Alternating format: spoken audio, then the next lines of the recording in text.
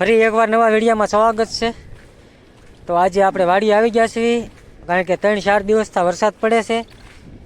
રસ્તો છે જોવો તમે, આમાં હલાય એવું નથી, એટલું ખૂતકણું છે આમાં। સૌ પ્રથમ બધાને જય સિયારામ, હર હર મહાદેવ ને જય માતાજી। રસ્તામાં પાણી જોવો તમે, હલાય એવું નથી, આ બધું ખેતરનું પાણી છે। અને અત્યારે ખેતરમાંથી પાણી આવે છે બધે બહાટી, તમને બતાવું આગળ જઈને। આયા જોવો તમે પાણી કેટલું ભરાણું છે,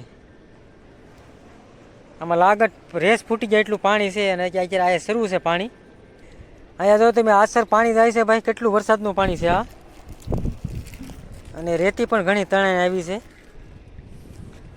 આ બધું જ પાણી આમ નદીમાં જાય છે, આગળ નદી છે ના, અને આ બધું ખેતરનું પાણી જ છે, ખેતરનું ને ગામનું ને એવું અત્યારે શરૂ રહેશે। 2-3 દિવસ શરૂ રહે આમનું પાણી। અને વરસાદ ભાઈ રાતે પડ્યો ને એવો કોઈ દિવસ નથી પડ્યો, આખા ચોમાસામાં નથી પડ્યો વરસાદ। આજ રાતે એટલો વરસાદ પડ્યો, કાંકરા કાઢી નાખ્યા ખેતરમાં, અને બજારોમાં કાંકરા કાઢી નાખ્યા, એટલો વરસાદ પડ્યો। અને નુકસાન પણ બહુ થયું છે ખેડૂતને। આપણે આગળ જઈને જોઈ, ખેતરમાં જઈએ પછી બતાવું તમને કેટલુંક નુકસાન છે એ। વેચાર પાણી છે, આપણે વેચાર પાણીમાં હાલવી છીએ અત્યારે, જુઓ કેટલું પાણી છે, એટલા ખૂતી જાય જોવો તમે, હગડ પડે એટલો ગારો છે।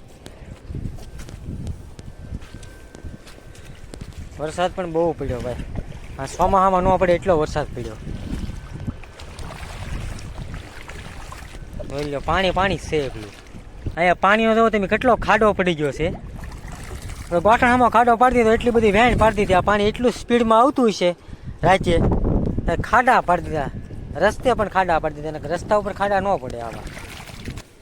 તો ઝાયરે પગી ગયા છીએ આપણે વાડીની, આ જુઓ ઝાયરની હાલત જુઓ તમે, આ નુકસાન કેટલું છે। આ ભાઈ નીરાવ બધો જ બગડી ગયો છે, બધું જ પડી ગયું છે આ વરસાદના કારણે। આપણે આમાં મહેનત પણ ખૂબ કરી છે ભાઈ, કારણ કે આ નીરાવ મૂંગા માલનો કહેવાય, એટલે આપણે આમાં મહેનત પણ બહુ કરી।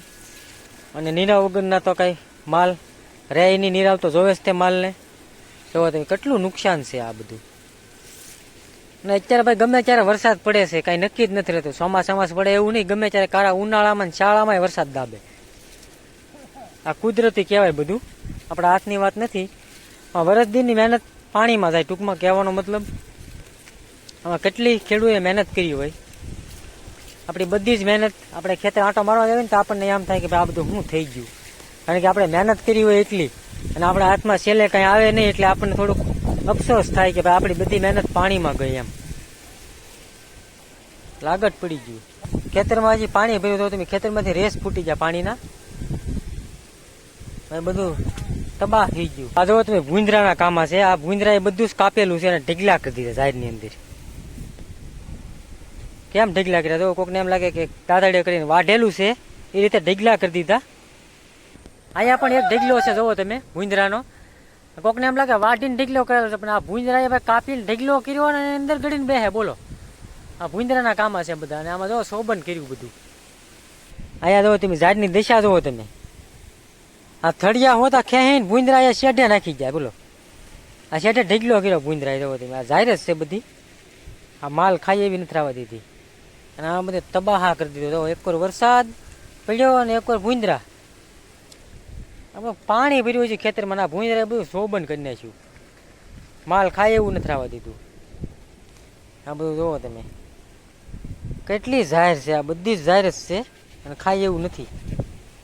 જો તમે પાણી ભર્યું ખેતરમાં, આ વરસાદ કેટલો પડ્યો રાખીએ ને એની કોઈ સમા નથી, એમાં પાણી ભર્યું, આ જાહેર છે જોવો તમે, જાહેરનો નામો નિશાન મટાવી દીધો, એટલો વરસાદ પડ્યો રાખીએ, ઉઈ ગઈ બધી અને પાણી ભર્યું।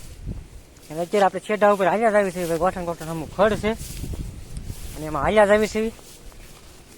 અને ભૂંદરા પણ રાતે આવી ગયેલા છે આજ, કારણ કે ભીનું હોય ને એટલે બહુ આવે, અને જાહેર તો ભાઈ બધી પાડી દીધી, આ બધી ઉઈ ગઈ, અને ઊભી થાય ને તો કામનું, નગર ભાઈ આમાં દાળિયાનો ખર્ચોય બહુ થાય, અને આ ભેગું કરવું અઘરું પડી જાય। જુઓ તમે બધું ઉરાવી દીધું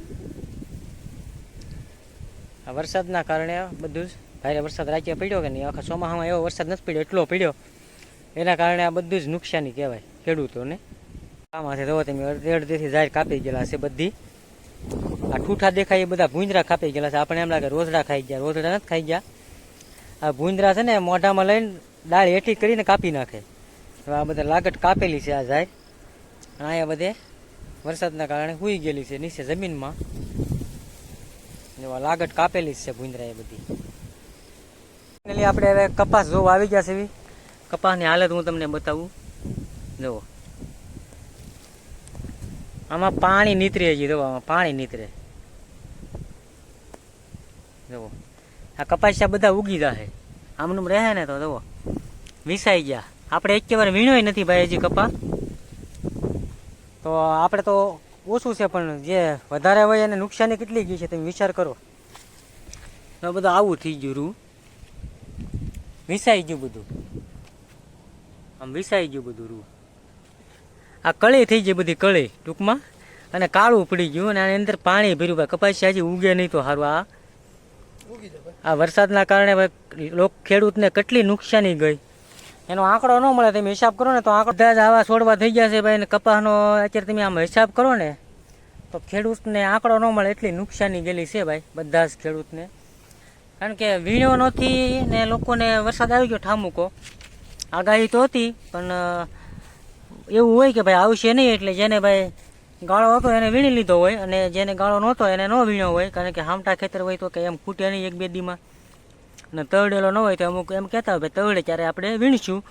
એમ બધાને હોય ખેડૂતોને કે ઠામુકો વરસાદ આવી ગયો, આગાહી હતી, પણ મેં કીધું એમ કે ભાઈ આવશે નહીં એવો બધાને હોય મનમાં, તો વીણી લેવું આપણે એમ હોય. ત્યાં તો વરસાદ આવી ગયો ને બધું પૂરું કરી નાખ્યું ભાઈ. તો અને આંકડો ન મળે એટલો નુકસાની કહેવાય. આમ ખબર જ છે કે ભાઈ મહેનત કેટલી થાય, આખું વરસ મહેનત કરે ખેડૂત, ત્યારે આ બધું પાકે અને આપણા હાથમાં આવે ત્યારે કહેવાય આપણા હાથમાં આવ્યું.